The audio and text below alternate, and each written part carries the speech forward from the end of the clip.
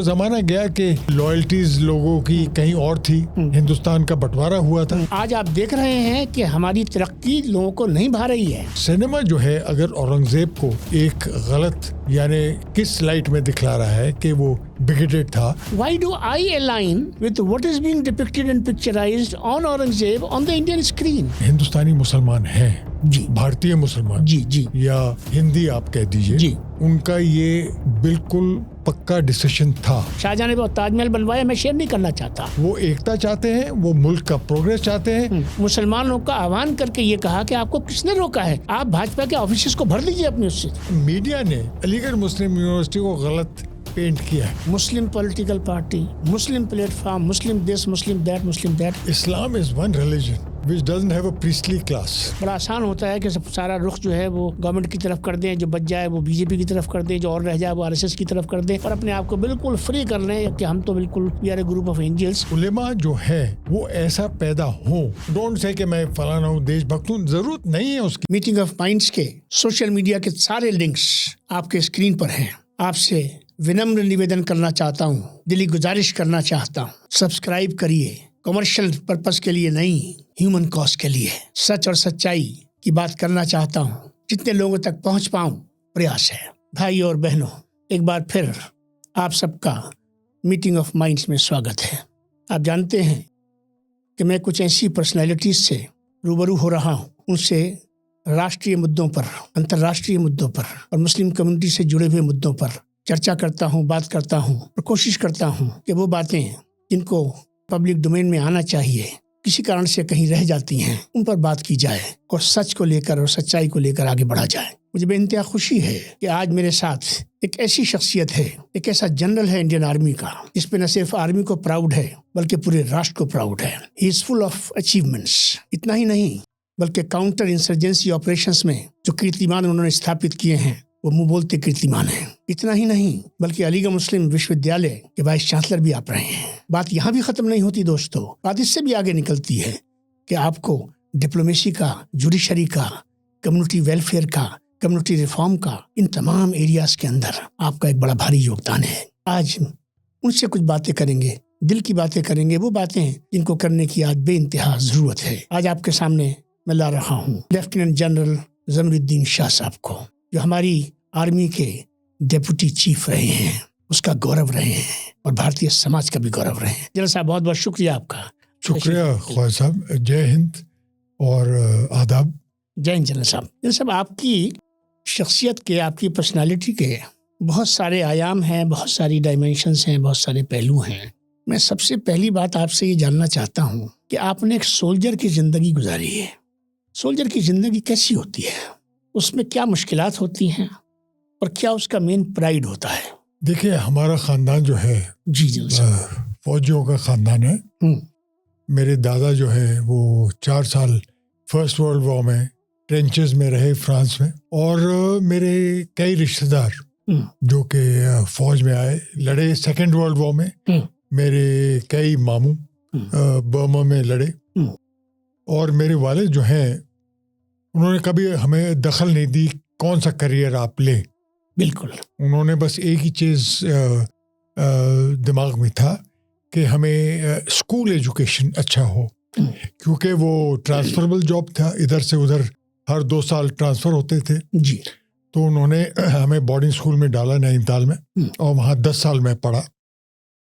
और वहाँ के जो मेन चॉइस थी वो नेशनल डिफेंस एकेडमी की चॉइस थी जी। और मैं चाहता था कि ऐसा प्रोफेशन लूँ जिसमें इज्जत हो, जिसमें देश सेवा हो, देश सेवा कर सके। फौज की ज़िंदगी जो है काफ़ी मुश्किलात सामने होते हैं। मैं कई साल नॉन फैमिली स्टेशन में रहा, हाई एल्टीट्यूड में रहा, जी। काउंटर इंसर्जेंसी नॉर्थ ईस्ट में रहा, पंजाब में रहा जी।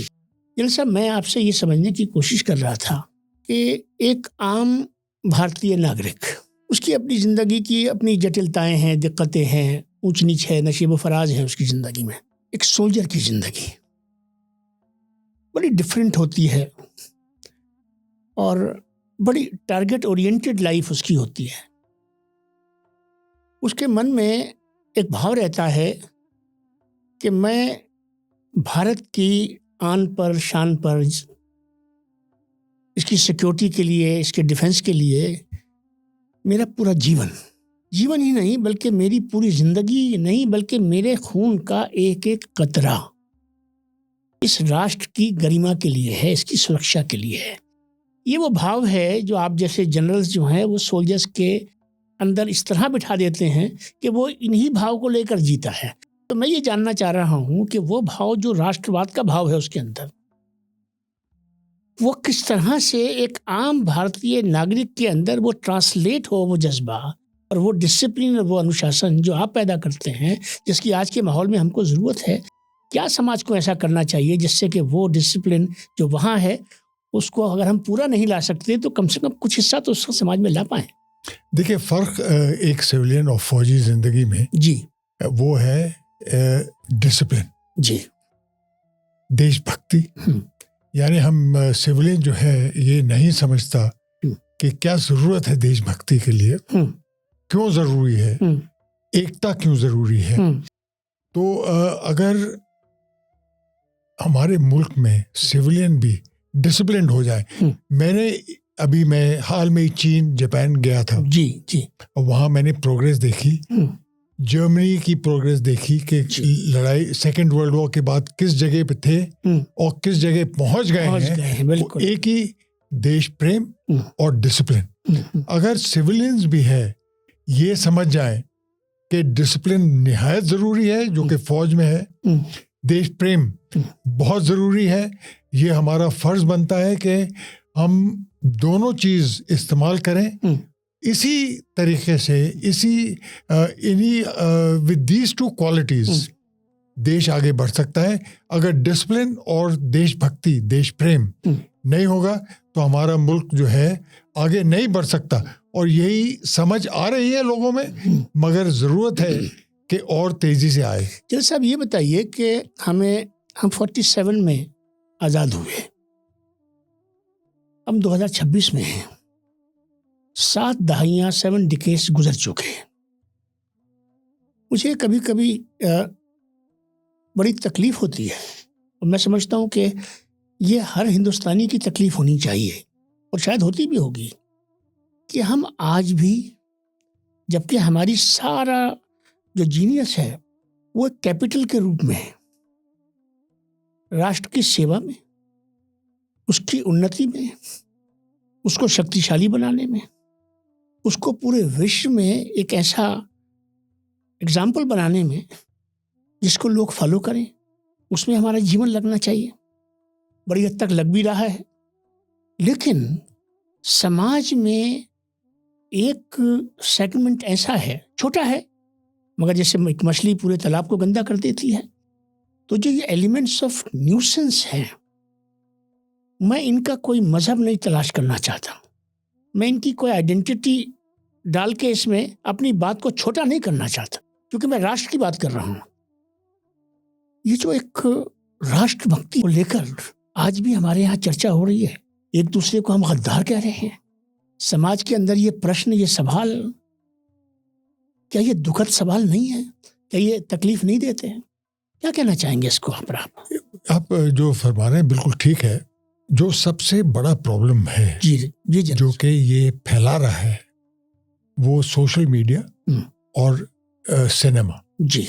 मगर आपने ठीक, कल मैंने आपका पॉडकास्ट सुना जी कि सोशल मीडिया में और सिनेमा इन दोनों में अगर रोक लगाई जाए और ये गवर्नमेंट जो है अपना फर्ज समझे कि जो जहर फैला रहे हैं उसको बंद किया जाए, तो बिल्कुल मेरे ख्याल से ये जो दरार जो पड़ी है वो मिट जाएगी। और सब चाहते हैं, वो ज़माना गया कि लॉयल्टीज लोगों की कहीं और थी, हिंदुस्तान का बंटवारा हुआ था, मगर अभी तकरीबन 80 साल हो गए हैं, वो सब खत्म हो गया है।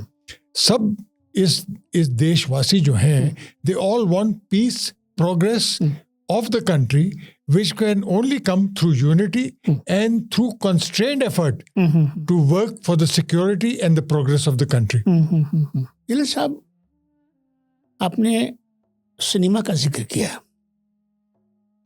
सोशल मीडिया की आपने बात की। ये सच है कि इस इंफॉर्मेशन टेक्नोलॉजी ने, जैसे किसी ज़माने में पॉपुलेशन एक्सप्लोजन की बात होती थी, आज हम कम्युनिकेशन एक्सप्लोजन की बात कर सकते हैं। इसके फ़ायदे बहुत हैं, इससे इनकार नहीं है, लेकिन इसका जो मिसयूज़ और अब्यूज़ हो रहा है, इसने समाज में जो एक बांट पैदा हो रही है, इससे मैं समझता हूँ कि हमारा पूरा समाज, चाहे हम सरकार की बात करें, चाहे हम अपनी नेशनल लीडरशिप की बात करें, चाहे हम लाइक माइंडेड सिविल सोसाइटी की बात करें, कहीं ना कहीं आज भी हमारे इस राष्ट्र में इस बात पर कंसेंसस है कि हर वो चीज़ जो हमको बांटती है वो राष्ट्र हित की नहीं है। लेकिन सोशल मीडिया में जो बेलगामी है, जिसका मैंने कल जिक्र भी किया और उसमें एक सवाल भी उठाया, और उस सवाल को मैं आज फिर यहाँ लाना चाहता हूँ कि हिंदू मुसलमान करके एक दूसरे के बीच में फासला बढ़ाकर और एक दूसरे के लिए सवालिया निशान बनाकर हम किसको सर्व कर रहे हैं। मैं पूरी जिम्मेदारी से कहना चाहता हूं कि हम राष्ट्र को सर्व नहीं कर रहे, हम अपने नेतृत्व को भी सर्व नहीं कर रहे। इससे जो एंटी इंडिया फोर्सेस हैं ग्लोबल लेवल पर, रीजनल लेवल पर, हमारे नेबरहुड में, और आज आप देख रहे हैं कि हमारी तरक्की लोगों को नहीं भा रही है, तो रास्ता क्या है? वो ये जानते हैं कि भारत एक ऐसा समाज है कि जिसके अंदर धर्म को लेकर कई बार तजर्बा किया गया और कई बार हमको नुकसान उससे पहुंचा है, तो उसको, तो ये वो कंस्टिट्यूएंसी है जिसको ये सारा सोशल मीडिया सर्व कर रहा है। तो क्या हमारी सरकार को, मैं सरकार को जिम्मेवार नहीं ठहराता इस चीज़ के लिए कि सरकार के सैंक्शन से ये काम हो रहा है, लेकिन मैं अपनी सरकार से, अपने नेतृत्व से ये तो भरोसा चाहता हूँ और ये तो निवेदन करना चाहता हूँ कि बहुत हो गया, अब इस पर लगाम लग जानी चाहिए। हमारा राष्ट्र बदनाम हो रहा है, हमारे राष्ट्र को नुकसान पहुँच रहा है, हमारी जो एंटी इंडिया फोर्सेस है वो उसको लेके घूमती है। क्या कहना चाहेंगे आप इस पर? आप सही फरमा रहे हैं, बिल्कुल। लगाम बहुत निहायत ज़रूरी है। एक ही तरीका है जी, जो सोशल मीडिया में जहर फैला रहे हैं उनको एडवर्टाइजमेंट मत दीजिए, उनको सपोर्ट मत दीजिए। गवर्नमेंट कर सकती है जी। और देखिए, जब लोग रोज ये सुने कि ये लोग बुरे हैं, ये अच्छे हैं, ये बुरे हैं, ये देश के हित में काम नहीं कर रहे जी, तो लोग उसको lie repeated many times becomes the truth.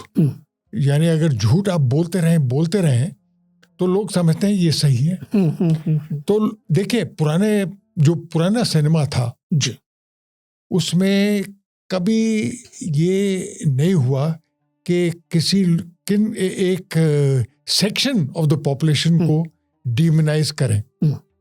आज जो सिनेमा है एक सेक्शन को डिमोनाइज कर रही है, उनको बुरा भला कह रही है, और लोगों में, जैसे पुराने सिनेमा में क्रिश्चियन कम्युनिटी को बूटलेगर्स, वैम्प्स शो करते थे, तो लोग यही समझते थे क्रिश्चियन कम्युनिटी ये है। तो अगर किसी कम्युनिटी को आप दिखलाएंगे कि देशभक्त नहीं है, देश के हित में काम नहीं कर रहे, गद्दारी कर रहे हैं, तो ये गलत है।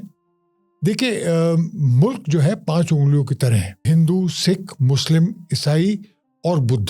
और अगर हम मुट्ठी बंद कर लें, अगर चुंगलियां भी आपकी काम नहीं कर रही या उसमें चोट है, तो आप मुट्ठी बंद नहीं कर सकते।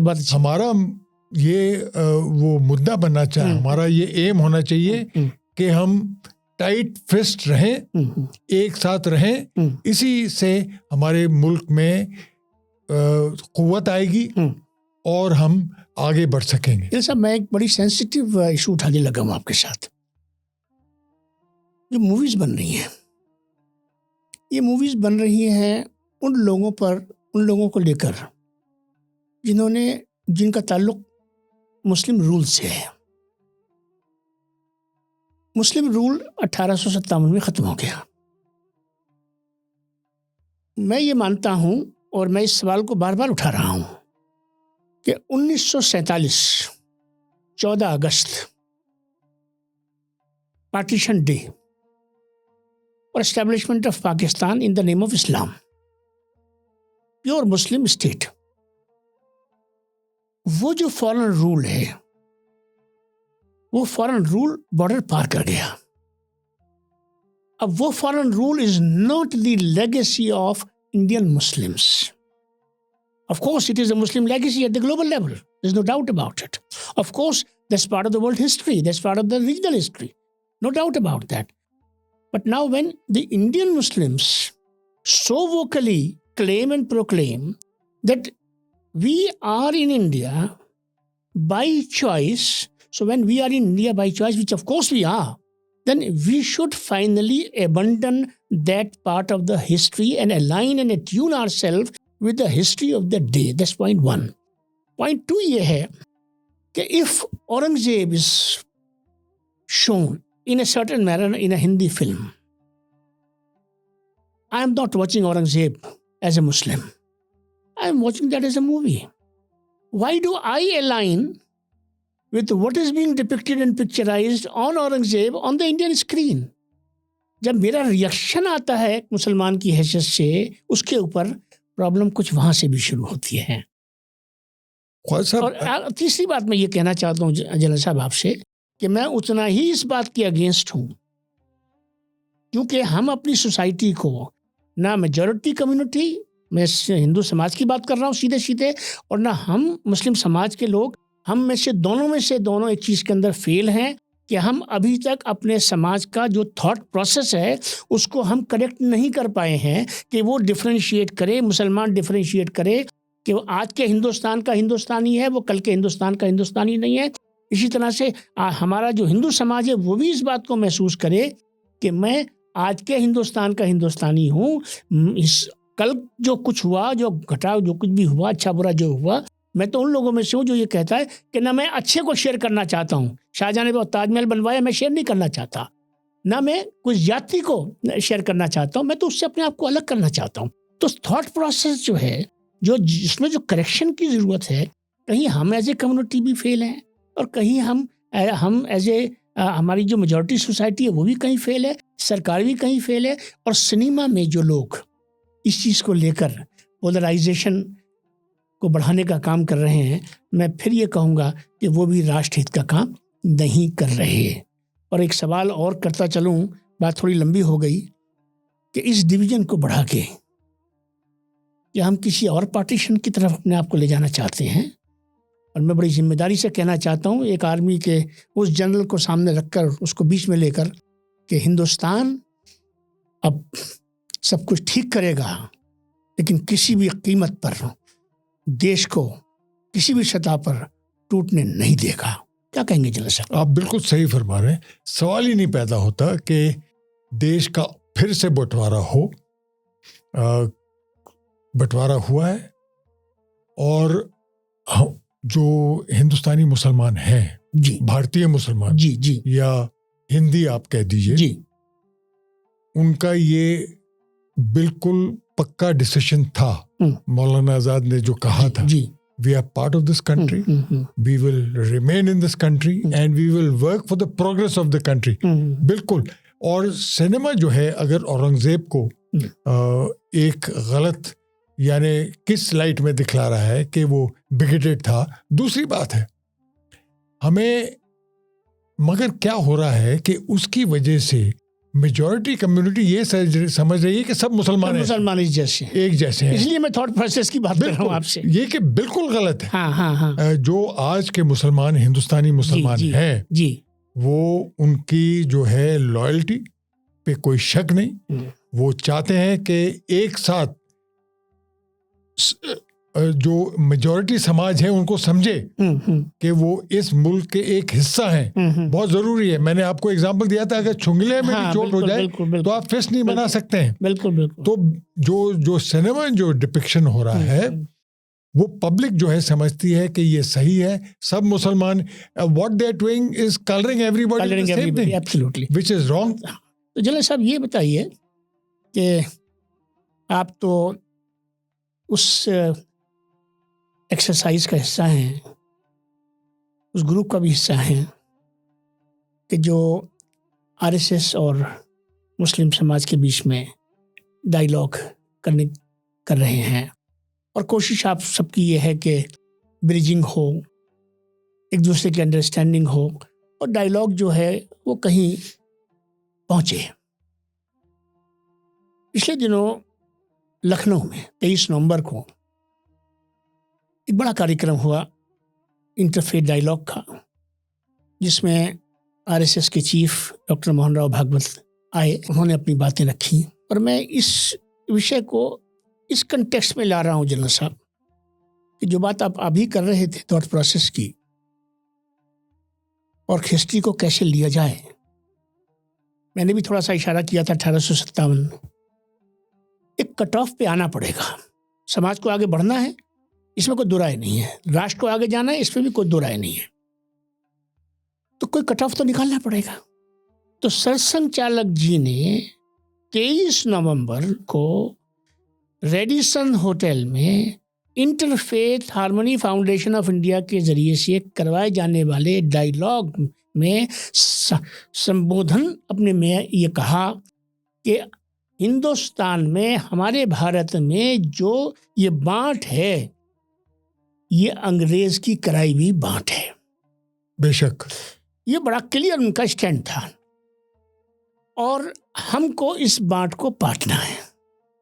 तो अगर हम 1857 को कट ऑफ मानकर चलें, और इस बीच में जो कुछ हुआ उसको एक चैलेंज समझें, और कल के भारत के लिए हम कोशिश करें कि हमारे दरमियान में कुछ ऐसी अंडरस्टैंडिंग्स पैदा हो जाएं, जिसके अंदर मैं समझता हूं कि जहां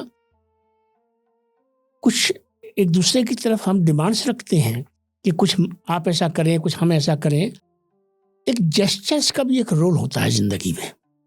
मेरा ये मानना है जनरल साहब, और आप शायद एग्री करेंगे, कि जो काम रिश्तों से हो जाते हैं वो संविधान की धाराओं से भी नहीं हो पाते, क्योंकि रिश्ते भरोसा देते हैं। जी जी।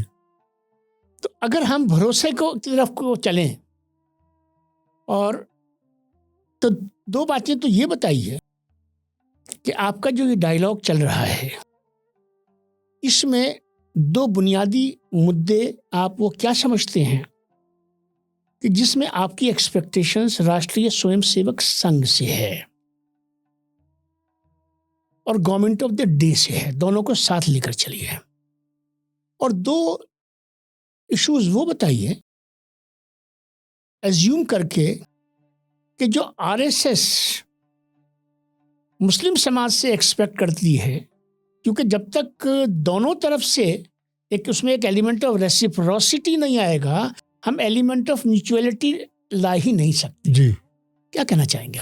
देखिए, हमें जो हम डायलॉग कर रहे हैं आरएसएस के साथ, जी, इस वजह से कर रहे हैं क्योंकि हमें पूरा यकीन है कि आरएसएस जो है वो देश के हित में काम कर रही है। ठीक है। और वो चाहती है कि देश की प्रोग्रेस यूनिटी से ही होगी। जो पुराने उनके ख्यालात थे वो मैं नहीं कह सकता, मगर आजकल जो उनके ख्यालात हैं वो यही है कि देश की यूनिटी के साथ ही प्रोग्रेस होगा। हमें ये सुपर पावर बनाना है अपनी कंट्री को, और पूरा कन्विंस है हम लोग कि आरएसएस जो है वो अमन चाहती है। वो चाहती है कि एक दूसरे की बात समझें। उन्होंने प्रॉब्लम पेश किए हैं, जैसे काउ स्लॉटर। उन्होंने कहा है कि भाई आप हमें काफिर कहते हैं, और हमने भी अपने जो है इश्यूज उनके सामने रखे, उन्होंने समझे। आपने क्या इश्यूज रखे सामने? हमने इश्यूज ये रखे कि भाई उन्होंने एक तो कहा कि आप सब हिंदू हैं। ठीक है। तो मैंने ये उनसे कहा कि देखिए, कोई प्रॉब्लम नहीं है, मगर हिंदू जो लफ्ज है वो आज एक मजहब के साथ जोड़ा गया है। ठीक है। अगर आप हमें हिंदुस्तानी मुसलमान, भारतीय मुसलमान, या जैसे गल्फ में हमें कहते हैं हिंदी, हमें कोई प्रॉब्लम नहीं है।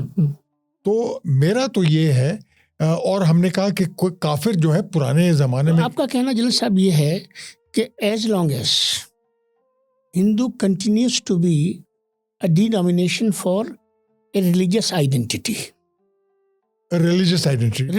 बिल्कुल, तब तक ये इशू है। अब या तो हिंदू को धर्म से अलग किया जाए, सनातन कहा जाए, या जो भी उचित लगता हो, ये तो हिंदू समाज का काम है कि वो उसके बारे में तय करे। तो ये एक ऐसा इशू है कि हर भारतीय हिंदू है। आपने जो बात वहाँ कही और आप जिस बात को आज यहाँ दोहरा रहे हैं, और मैं उसी से इनपुट लेकर मैं भी उस बात को दोहरा रहा हूँ कि इश्यूज को तो रिजॉल्व होना है। तो रिजॉल्व होने का रास्ता क्या है? रिजॉल्व होने का रास्ता यही है कि डी लिंक होना चाहिए हिंदू फ्रॉम रिलीजन। कैसे होगा ये, इसका जवाब सीधा ना आपके पास फौरन है ना मेरे पास जवाब। दूसरी बात ये बताइए कि एक सवाल ये हो रहा है मुस्लिम सोसाइटी में कि भाई सनातन समाज तो बहुत बड़ा है और सब तो आरएसएस की नहीं है लोग। एक बड़ा समाज है जो आरएसएस से जुड़ा हुआ है, एक बड़ा समाज है जो भाजपा से जुड़ा हुआ है, इस सरकार से जुड़ा हुआ है, एक वो समाज भी है जो इससे जुड़ा हुआ नहीं। और समाज मुस्लिम सोसाइटी में भी एक बहुत बड़ा तबका ऐसा है जो ये कहता है कि साहब आप आरएसएस से क्यों बात कर रहे हैं। क्या जवाब देना चाहेंगे इस पर आप? देखिए, ये एक्यूजेशन है कि आप बात कर रहे हैं अपने फायदे के लिए, कम्युनिटी का फायदा नहीं। गलत जी। हमें कोई एक्सपेक्टेशन नहीं है। हम चाहते हैं कि हमारी कम्युनिटी जो है प्रोग्रेस करे, क्योंकि हिंदुस्तान की प्रोग्रेस उसके साथ लिंक्ड है। बिल्कुल।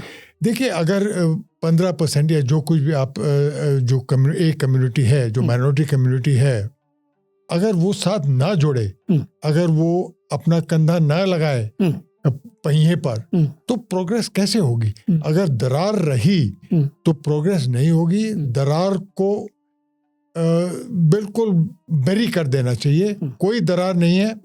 और हमें पूरा यकीन है कि आरएसएस जो है इस दिशा में काम कर रही है। इसी वजह से हमारा डायलॉग जो है रहा और जारी रहेगा, क्योंकि हमें पूरा यकीन है कि वो एकता चाहते हैं, वो मुल्क का प्रोग्रेस चाहते हैं, और वो जो दरार है उसको मिटाना चाहते हैं। जिले साहब, एक ये बताइए कि पॉजिटिविटी कई बार वो रिजल्ट निकाल देती है जो नेगेटिविटी निकाल ही नहीं सकती है।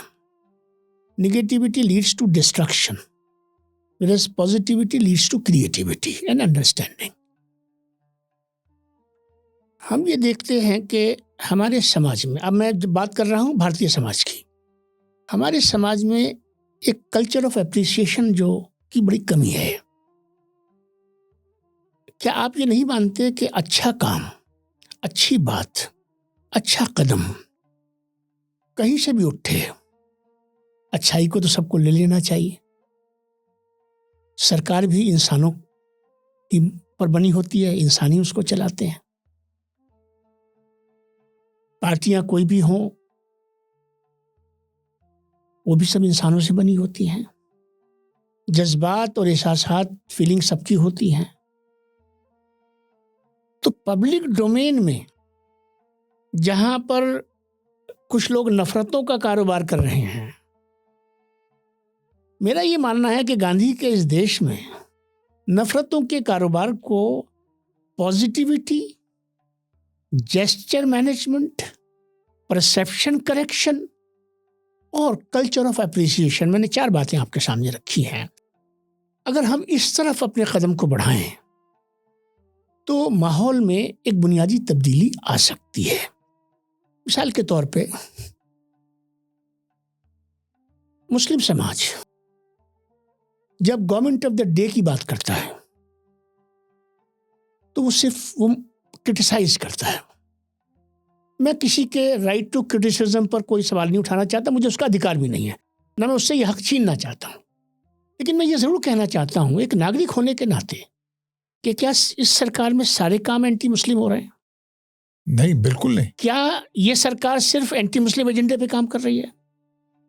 क्या देश के प्रधानमंत्री जो हैं उनके सामने कोई काम नहीं है? उनके सामने सिर्फ यही काम है कि भाई वो एक पर्टिकुलर समाज के बारे में।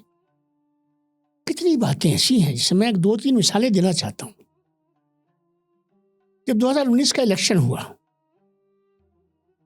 इलेक्शन के बाद प्रधानमंत्री नरेंद्र मोदी ने जो लोकसभा के मेंबर जीत के आए उनका संबोधित किया, सबका साथ सबका विकास चल रहा था ना, उसमें ये कहकर कि मुस्लिम समाज ने कितना वोट दिया कितना वोट नहीं दिया इसको परे करके हमें इस समाज को अपने से जोड़ना है, और उसके लिए मैं सबका विश्वास,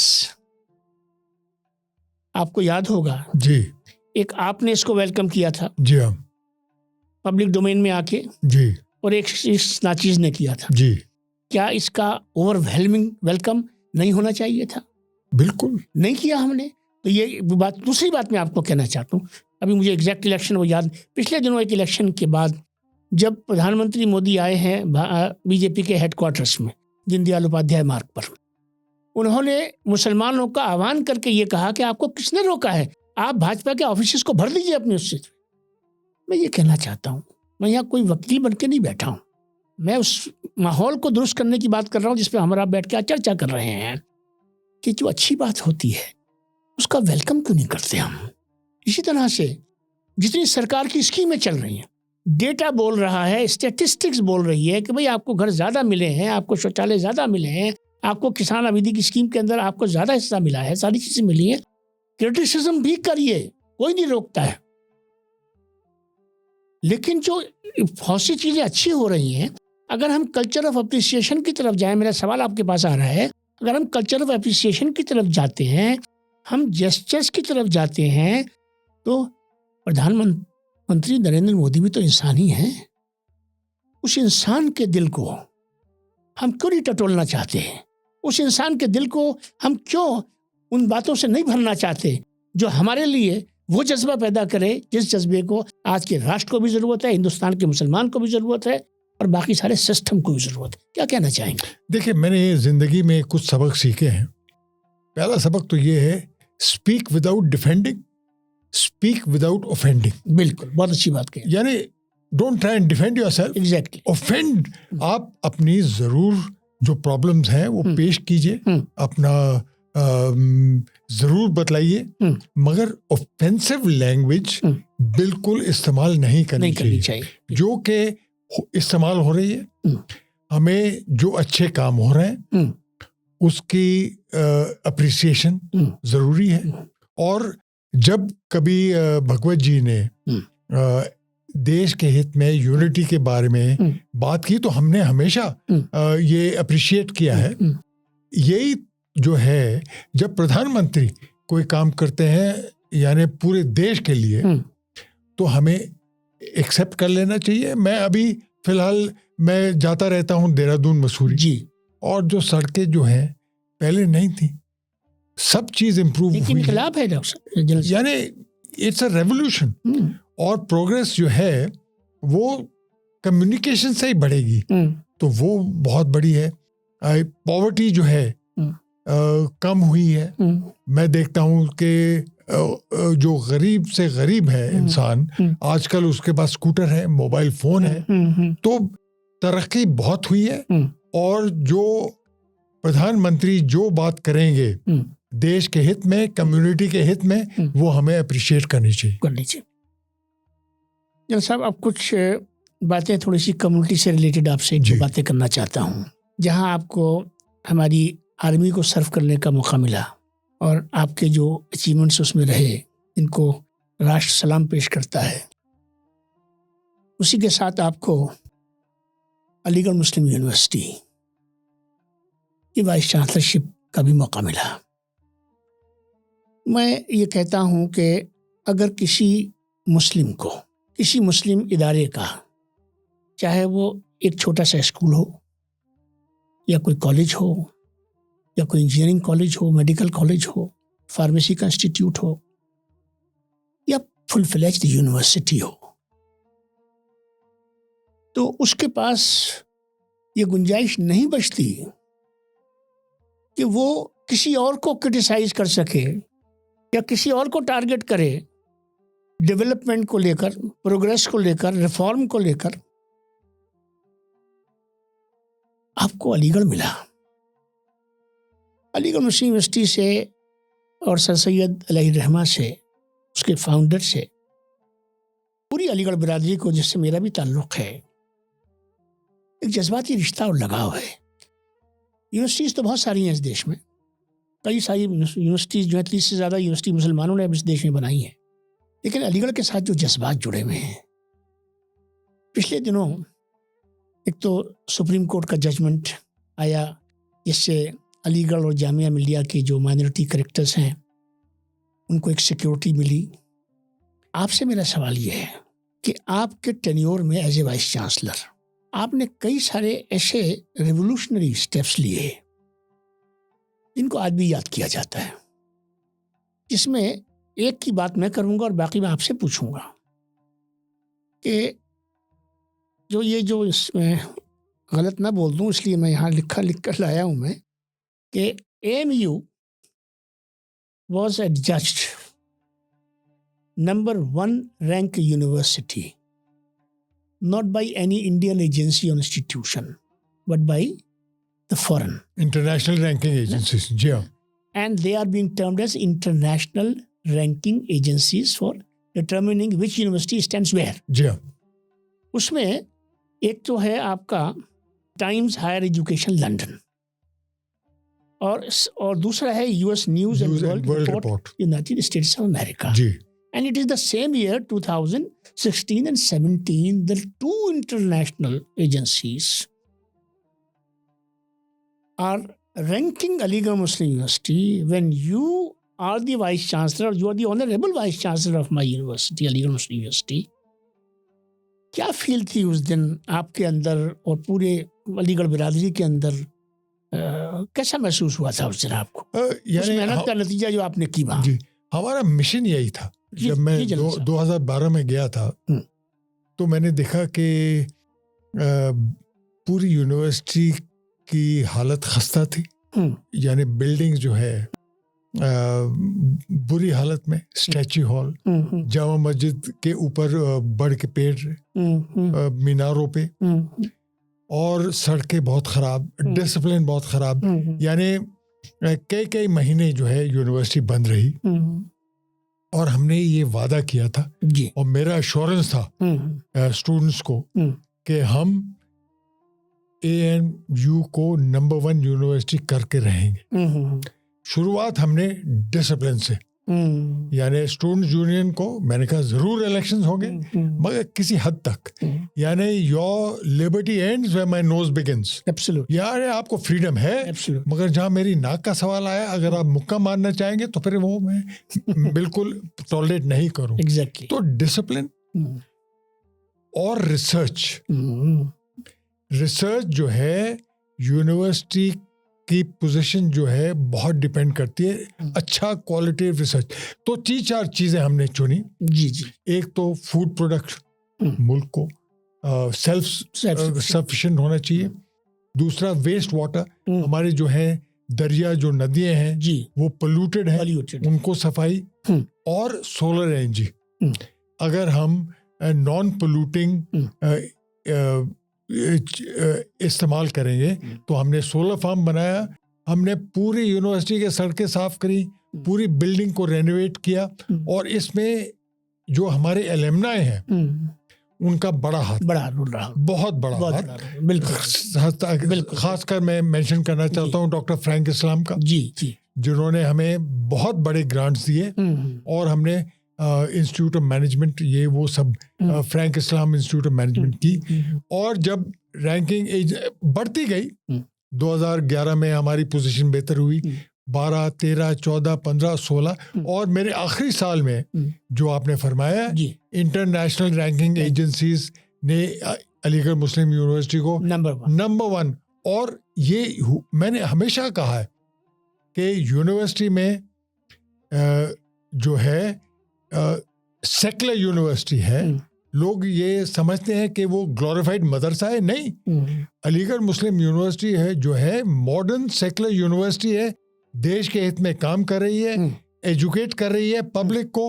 और मैं आपको बतलाना चाह रहा हूँ, admissions are by open competitive exam. Absolutely. कोई नहीं कि भाई ये है, ये जात का है, इस फिरके का है, नहीं जी, बिल्कुल सीधे साधे on merit, as transparent as any university. लोगों, अब प्रॉब्लम ये हुआ है कि मीडिया ने अलीगढ़ मुस्लिम यूनिवर्सिटी को गलत पेंट किया है कि ये ग्लोरीफाइड मदरसा है। नहीं, मैं हमेशा कहता हूँ कि हमारे जो है खिलाड़ी हैं, हाँ, वो देश के लिए मेडल्स लाए हैं। बिल्कुल ठीक है, बिल्कुल। हम लोग, हमारी रिसर्च जो है नंबर 1 है। बिल्कुल। और यूनिवर्सिटी जो है, आप आगे बढ़िए। और मुझे पूरा यकीन है कि अलीगढ़ मुस्लिम यूनिवर्सिटी ये मुकाम जो हमें मिला था 2016 में, वो कायम रखेगी। अजला साहब, ये बताइए कि अलीगढ़ मुस्लिम यूनिवर्सिटी में पहली बार, इससे पहले जामिया में एक मैं समझता हूँ कि वुमेन एम्पावरमेंट भी एक बड़ा हमारा नेशनल प्रायोरिटी एरिया है गवर्नमेंट ऑफ द डे का। तो नजमा अख्तर साहिबा को मौका मिला जामिया मिल्लिया में, and she prove to be a good vice chancellor. अब एक मौका जो है हमारे अलीगढ़ में फिर एक विमेन वाइस चांसलर लाई गई हैं, and who happens to be from the university itself. दो सवाल आपसे करूँगा। एक तो ये जो विमेन एम्पावरमेंट के कॉन्टेक्स्ट में giving this opportunity to Muslim women to rise to this position of power and to use it for the contribution of the community in particular. आज की जो हमारी वाइस चांसलर है अलीगढ़ की, अब उनको इतना वक्त ज़रूर हो गया है कि उनके बारे में एक असेसमेंट किया जा सके। कैसा लगता है आपको उनकी जो परफॉर्मेंस है, उनका जो अभी तक का कंट्रीब्यूशन है, या उनका जो स्टाइल ऑफ गवर्नेंस है? क्योंकि आप पूरे 5 साल वहाँ एज वाइस चांसलर रहे हैं और आपने यूनिवर्सिटी को बहुत बुरे हाल से बहुत अच्छे हाल में आप छोड़ के आए हैं। क्या लग रहा है आपको कि अगले आने वाले 3-4 साल में के टेन्योर में, इन मौजूदा वाइस चांसलर के टेन्योर में, यूनिवर्सिटी को कहाँ देखना चाहेंगे और कहाँ देख रहे हैं आप? देखिए, जो प्रेजेंट वाइस चांसलर हैं जी, नईमा खातून प्रोफेसर, जी जी, मेरे टाइम में वो प्रिंसिपल विमेंस कॉलेज बनी। अच्छा। और मुझे पूरा यकीन है कि वो बहुत ही एफिशिएंट और यूनिवर्सिटी के लिए वो पूरा काम करेंगी। प्रॉब्लम ये हुआ है कि पहले तो उनका जो सिलेक्शन का जो जिस नॉर्म में वो सिलेक्ट हुई, उसके मुखालफत की लोगों ने। मैंने भी एडवाइस किया उस टाइम के उनके हस्बैंड जो है पार्टिसिपेट ना करें, वो दूसरी बात है, वो that's a different story. But after she was elected as vice chancellor, मैं हमेशा कहता रहा हूं कि we must now support her, we must give a full backing, stand by her. She is vice chancellor, we got to accept that. Yes, लोगों ने challenge करते रहे, और ये चैलेंज मेरे जमाने में भी लोगों ने मेरी पोजीशन को चैलेंज किया, और कोशिश, और ये हुआ कि वाइस चांसलर का पोजीशन वीकन हो जाता है जब कोर्ट केसेस होते हैं उनके खिलाफ। तो बिल्कुल कोर्ट केसेस बंद कर देने चाहिए, कोई चैलेंज नहीं। She is the vice chancellor, we should recognise her as the vice chancellor. और मुझे पूरा यकीन है कि विमेन्स एम्पावरमेंट की तरफ यूनिवर्सिटी हमेशा कभी हमेशा रही है। We had that culture also. We had the culture. In fact, 80% of the medal winners are girls. Are girls, absolutely. जी, तो एम्पावरमेंट के लिए जरूरी है, और हमारा फर्ज बनता है कि we should support the present vice chancellor, and we have full faith that she will discharge her duties to the best of her abilities. Ji ji, so we wish her good luck. जी हाँ। अजला साहब, आखिरी बात जो मैं आपसे करना चाहता हूँ, थोड़ी हटी हुई है, लेकिन शायद उसको करने की ज़रूरत है। मुस्लिम सोसाइटी में मैं पॉलिटिकल लीडरशिप की बात नहीं करता, क्योंकि मैं उन लोगों में से हूँ जो बड़ी फर्मली इस चीज़ को बिलीव करता है कि फॉर ये Muslim leadership, Muslim political party, Muslim platform, Muslim this, Muslim that, I am deadly against all this. क्योंकि आप जब मुस्लिम करते हैं तो then you create scope for the counter narrative and for the counter politics. Absolutely. So that's one part of it. The Muslim community requires an intellectual leadership. All our targets that we have for the community, they are least political and almost apolitical. इसलिए हमें नेताओं की ज़रूरत नहीं है, हमें intellectual leaders की ज़रूरत है. पॉलिटिक्स ऑफ पावर की हमें ज़रूरत नहीं है, पॉलिटिक्स ऑफ एंगेजमेंट की हमें ज़रूरत है, पॉलिटिक्स ऑफ डायलॉग की हमें ज़रूरत है, क्योंकि पॉलिटिक्स ऑफ रिफॉर्म की हमें ज़रूरत है. इसलिए इस कॉन्टेक्स्ट में हमारे यहाँ एक कंट्रोवर्सी चली आ रही है एक ज़माने से. हमारा जो मौलवी है बड़े अदब और एहतराम के साथ, इसको हम उलमा कहते हैं, वो इंटेलेक्चुअल को गर्दानता नहीं. वो उनसे बात करता है, ख़त लिखवाता है, ड्राफ्टिंग करवाता है, ये सारे काम तो करता है वो, लेकिन उसको ये समझ में नहीं आता या ये हजम नहीं होता कि intellectual of the community should lead the community. एक बात तो ये है. इसी तरह से जो हमारी इंटेलेक्चुअल वर्ल्ड है उसमें भी ये एक, इसको सिंड्रोम कहूँ, इसको फोबिया कहूँ, इसको कॉम्प्लेक्स कहूँ, क्या कहूँ इसको, लेकिन बहरहाल ये एक फीलिंग है कि इनको क्या आता है. They are not the right people to take up issues with the government of the day, because their grooming is a very confined grooming, and in comparison to that the grooming of intellectuals has a much larger spectrum and a much larger domain. So their grooming is more broad-based. So they fit better into the environment than the ulamas. सवाल ये है general साहब कि इसको अगर हम एक rift बना के चलें, इसको हम एक कॉम्प्लेक्स बना के चलें, इसको हम दो पार्टीज बना के चलें, जैसा हम आज तक चलते चले आ रहे हैं, तो हम वहाँ खड़े हुए हैं जहाँ हम आज खड़े हैं. बड़ा आसान होता है कि सब सारा रुख जो है वो गवर्नमेंट की तरफ कर दें, जो बच जाए वो बीजेपी की तरफ कर दें, जो और रह जाए वो आरएसएस की तरफ कर दें, और अपने आप को बिल्कुल फ्री कर लें कि हम तो बिल्कुल we are a group of angels. Fact कहीं और होता है. इंटरनल डायनामिक्स जो है कम्युनिटी की और जो रिक्वायरमेंट ऑफ द टाइम है जनरल साहब, वो ये कहती है कि now is the time not for collaboration, not for coordination, but now is the time for honest, genuine, transparent partnership between the intellectuals of the community like you and many others and the ulamas. And this partnership has to be honest. The ulama should understand that you have your own limitations. Taqreer never offers solutions. Waaz doesn't offer solution. It brings a stage for reforming the psyche, the mindset, the mentality, the thought process of the people. But when it comes to dialogue, when it comes to table, when it comes to the nitty-gritties of the issues, for example, if it is a legal issue, whom should I contact? Should I contact an alim or should I go to Faidan Mustafa? If it is an issue relating to army, should I go to General Zamiuddin Shah or should I go to an alim? So there are clear-cut domains.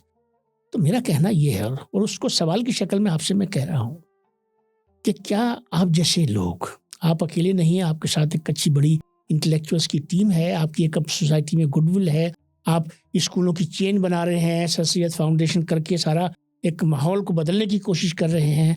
एक कोशिश ये भी होनी चाहिए कि अब ये जो डिवीज़न है रिलीजन का और सोसाइटी का और इंटेलेक्चुअल्स का और उलमास का, अब इसको ख़त्म करिए और दोनों एक जगह पे आइए. और ये सिलसिला कि इंटेलेक्चुअल्स डायलॉग कर रहे हैं, उलमा डायलॉग कर रहे हैं, एक ऐसी सिचुएशन को लाने की कोशिश करिए कि उलमा और इंटेलेक्चुअल्स पहले एक साथ बैठ जाएं. एक इंट्रा कम्युनिटी डायलॉग होना चाहिए. क्या कहना चाहेंगे इस पर आप? देखिए, Islam is one religion which doesn't have a priestly class. Absolutely. Absolutely, है ना, कोई वेरी फर्क नाइसली नहीं है put, very nicely, between ulema and the intellectual. Yes. मैं आपको जापान का एग्जांपल देता हूँ। जी जनरल साहब।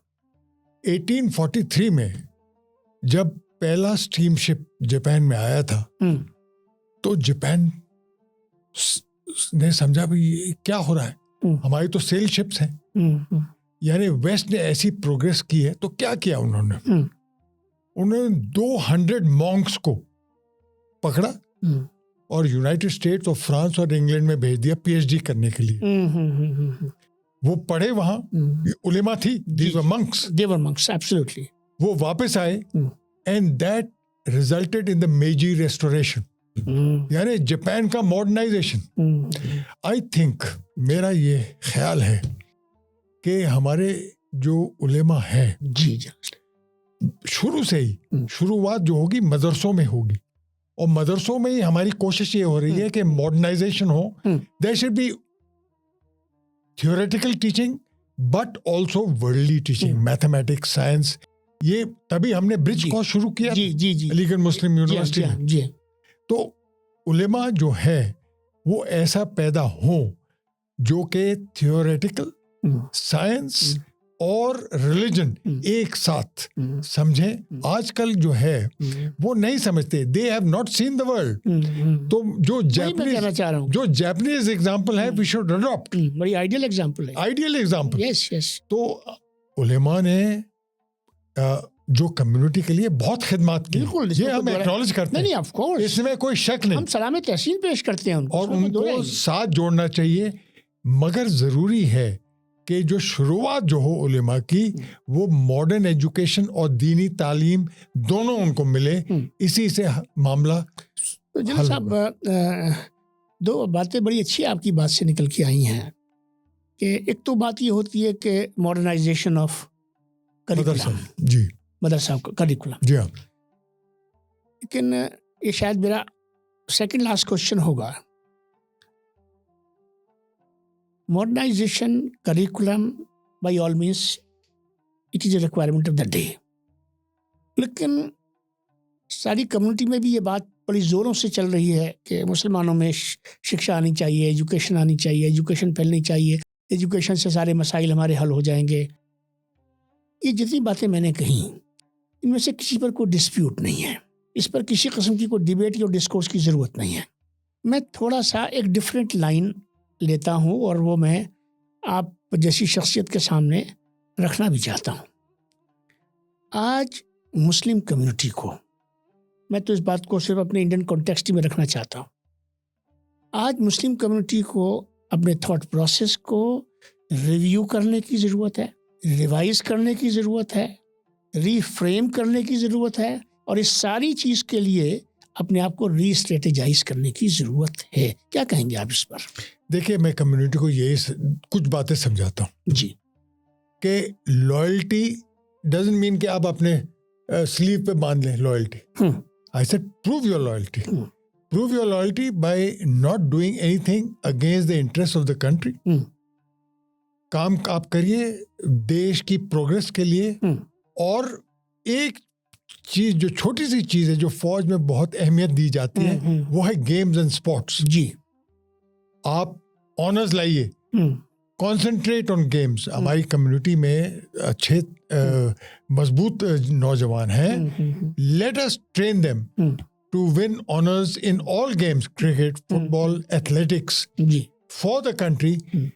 और जब आप ये करेंगे, अगर हमारे जो हैं नौजवान देश के लिए मेडल जीत के लाएंगे, तो जो परसेप्शन है हमारी कम्युनिटी के बारे में बिल्कुल बदली होगा। We have to make progress, educate ourselves, don't wear loyalty on your sleeve, don't show anything. No, don't say कि मैं फलाना हूँ, देशभक्त हूँ, जरूरत नहीं है उसकी। Absolutely, you must your performance for your country, win honors for the country, correct, do research for the country, correct, and you see there'll be a quantum change in perceptions about the community. साहब, जिस तरह से आपने सारी बात को wind up किया है, you have so beautifully done it, and it carries a message, I think, for all segments of our Indian society and of course for the community. मैं समझता हूँ कि आज के इस पॉडकास्ट से, इस बातचीत से कुछ ना कुछ सोसाइटी में रीथिंकिंग को ज़मीन मिलेगी। और ये कहकर अपनी बात को ख़त्म करता हूँ कि in the life of a nation and so in the life of a community, challenges do come, they should come, and challenges are indispensable for the future progress. But my take, and I wish and I pray that this take becomes the take of my community, that challenge is an opportunity. Let's grab it and let's translate it into good actions and good deeds for the good of the country, for the good of the community. दरअसल बहुत शुक्रिया आपके आने का और बहुत खुल के हमसे बातें करने का। बहुत बहुत शुक्रिया ख्वाजा साहब। We totally support your efforts for dialogue, for understanding and for the progress of our country. We are with you and we will work together for keeping the dialogue going, for removing the misunderstandings. We are together, we are one nation, we are one people, there are no differences. Absolutely. The differences must be eliminated and we will work toward that. Thank you very much. बहुत शुक्रिया general साहब आपका भी। Togetherness is the answer to all issues. Thank you so much. Okay. जय हिंद। जय हिंद। भाई और बहनों, आप जनरल साहब की बात को सुनकर आपको कैसा लगा? अपने व्यूज़ दीजिए, अपने कमेंट्स दीजिए। हमारी मीटिंग ऑफ माइंड्स में एक ही कोशिश है, मीटिंग ऑफ माइंड्स की, जिसको हम मीटिंग ऑफ हार्ट्स तक ले जाना चाहते हैं। दिलों को जोड़ना और दिलों को किसी भी हाल में टूटने न देना, इसी लक्ष्य को लेकर मैं इस उम्र में इस सोशल मीडिया के अंदर आपके सामने आके बैठा हूँ। बहुत शुक्रिया आपका।